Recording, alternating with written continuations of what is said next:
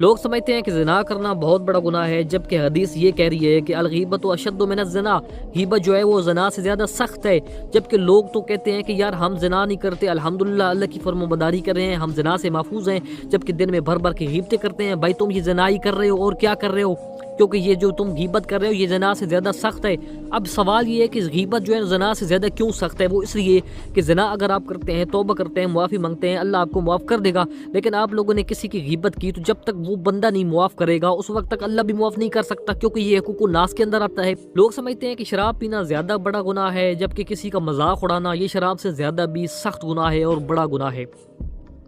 اور کسی کا مذاق اڑانا آج کل لوگوں کے لیے معمول بن چکا ہے، بالخصوص کالج کے لڑکے، نوجوان، سکول کے جو بچے ہیں چھوٹے بڑے۔ اور سب سے بڑی دکھ کی بات یہ ہے کہ ان کو والدین بھی نہیں بتاتے اور سکول کے ٹیچر بھی نہیں بتاتے کہ یہ کسی کا مذاق اڑانا، کسی مومن کا دل توڑنا، کسی بچے کو پریشان کرنا کتنا سخت گناہ ہے، جو کہ حقوق الناس کے اندر آ جاتا ہے۔ یہ والدین بتا دیتے ہیں بچوں کو، اساتذہ بھی بتا دیتے ہیں کہ یار زنا کرنا گناہ ہے، جھوٹ بولنا گناہ ہے، غیبت کرنا، لیکن کسی کا مذاق اڑانا اس پر کوئی دھیان نہیں دیتا۔ اور بالخصوص کالج سکول کے جو بچے ہیں ان کے لیے یہ معمولی چیزیں، ان کو پتہ ہی نہیں، ان کو خود کو بھی نہیں ان کو پتہ کہ یہ گناہ ہم کر رہے ہیں کہ نہیں۔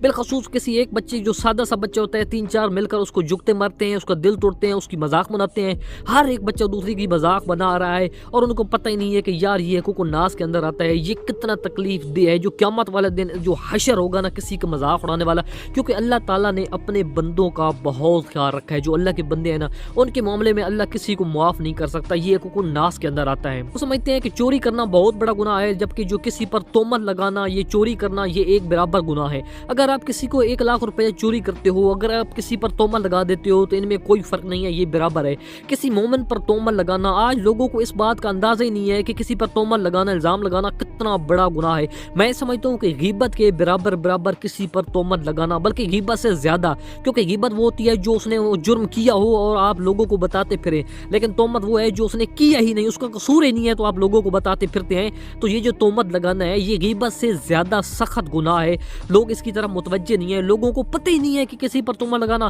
آج لوگوں کے لیے یہ مذاق بن چکا ہے، عام سے لوگوں کے لیے ایک بات بن چکی ہے۔ ہر کسی کے بارے میں اپنے خیال کا اظہار کرنا، اس کے بارے میں آئیڈیا لگانا۔ مثال کے طور پر کوئی بندہ آیا ہے، آپ اس کے بارے میں یہ سوچتے ہیں کہ یہ کیوں آیا ہے، اور پھر اپنی طرف سے آئیڈیا لگا لیتے ہیں کہ یہ بندہ فلاں کام کرنے آیا، جبکہ وہ کرنے بیچارہ نہیں آیا تھا۔